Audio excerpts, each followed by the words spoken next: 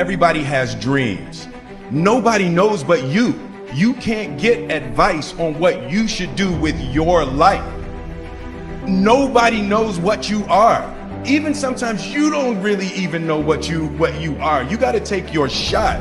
And as much as you want people to agree and you want the people around you to be supporting your dream, it's not going to be like that all the time. You got to do it alone. And people will help you. When you get the ball rolling, people will jump on. But if you don't believe, nobody else is going to believe. People come along because your belief is so insane. Many of you, as I have been, as I am, are where you are in your life based upon what you believe. And it's not just what you think you believe on the surface, it's also your shadow beliefs that are holding you back from moving into the life that you believe you deserve. You have to believe you deserve to win. And sometimes it's not just that we think we're good, but that we've done so much, we must be worthy of winning. And sometimes it's not just who we are that we need to believe in, but what we've done. That sometimes you've got to outwork everybody. And you've got to be willing to do the things nobody else is willing to do, so you begin to convince yourself, man, I'm doing all the things everybody else is unwilling to do, so I deserve to get the results other people aren't going to get. Take ownership. Take extreme ownership.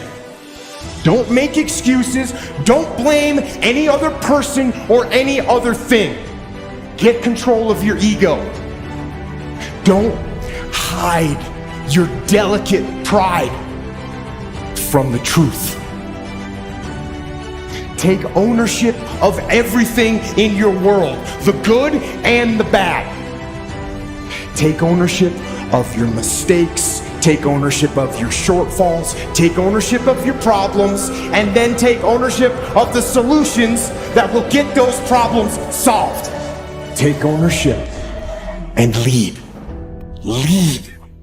Following your dreams is a lonely, solitary, scary, dangerous pursuit. You can't wait for somebody to think you can do it. If you stay in your comfort zone, that's where you will fail. You will fail in your comfort zone. Success is not a comfortable procedure. It is a very uncomfortable thing to attempt. So you got to get comfortable being uncomfortable if you ever want to be successful. Rich people don't sleep 8 hours a day. That's a third of your life. It ain't but 24 hours in a day. You cannot be sleep 8 hours a day. We celebrate warriors. We enjoy the winner. We're irritated and frustrated with the whiner. Each of them have earned the title, but each of them have this thing in common. They earned the title based upon how they responded to struggle. How can we crown someone a champion unless we've seen them struggle and overcome to be a winner? How would we know the valor and courage of a warrior unless he's endured the adversity of the battle? How do you know what the wimp is until you see them put their faith in fear and ignore a problem hoping somebody else is going to solve it? In this life, there is going to be struggle, and when they come, what will you do? What role will you play? Will you engage like the warrior? Will you complain like the whiner? Will you ignore it like the wimp? Or will you be what God created you to be, which is the winner? Do you believe that you're capable of change? Do you believe that good things happen when you go through a process of learning and taking steps? Do you believe that you can actually get out of your patterns? What stands between us and where we want to go? It's always the story we tell ourselves on why we can't achieve it. And if I wanted to boil it down, I would just say, what is your biggest why? What's your biggest goal that you would love? If it was a year from now, when we were sitting here, you're watching this, it was a year later, and it was the best year of your life, what would be the biggest thing that would have changed in your life? In order to have something different, you are going to have to do something different.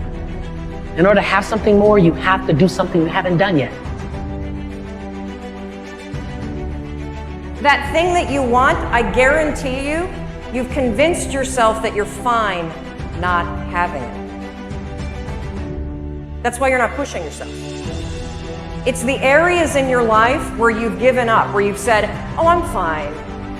There is not one thing that has ever happened to you, not one experience, not one encounter, not one crisis, not one joyful thing that hasn't happened just to make you better and help you rise. Be excited about your destiny so that you can endure the process that brings you into promise. Because there is a process before promise. And if you don't have at least a vision of the promise, the process will discourage you. There's a voice in you that has said, I can do this. I know others have failed. You have to lose your fear of failure. Failure is a part of the process. People who never fail, never try. You have to fail. You got to get it wrong to get it right. You learn nothing from winning. You only learn from your failures. I hate plan B. Every thought that you put into plan B, you're taking away now that thought and that energy from plan A. My number one competition is me. It's always you versus you. You got to be the one to get up every morning, be disciplined, put in the consistent daily hard work, because that gains success. No coach, no trainer, no mentor, no boss can do it. You versus you. Sit on your bed one day and ask yourself, what remarkably stupid things am I doing on a regular basis to absolutely screw up my life? What would happen if you consulted yourself about the best possible outcome for you? I just beat me. This ain't about nobody else. I don't give a fuck about nobody else. I just beat me. I'm in a battle with the only person that I really want to fucking beat, and that's me. If I can continue to outdo me from the day before, then I'm ahead. Don't go around telling people what your story is. Everybody has a story.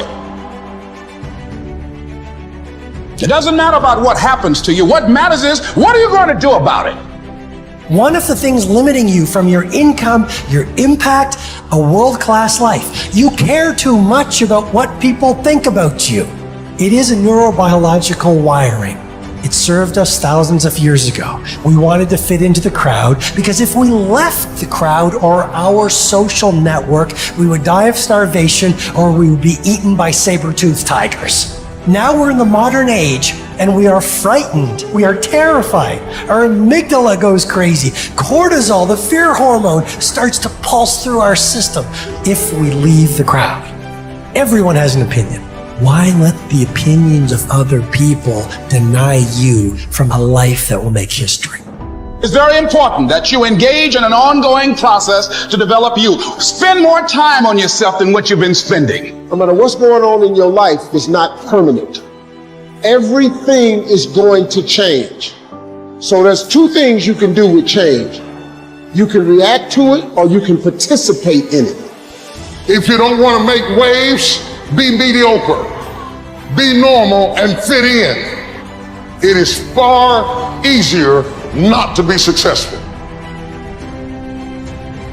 Do you have the courage to act outwardly on what you see inwardly? Or will you die a dreamer? Will you die on the verge and on the edge and in the land of coulda, woulda, and shoulda?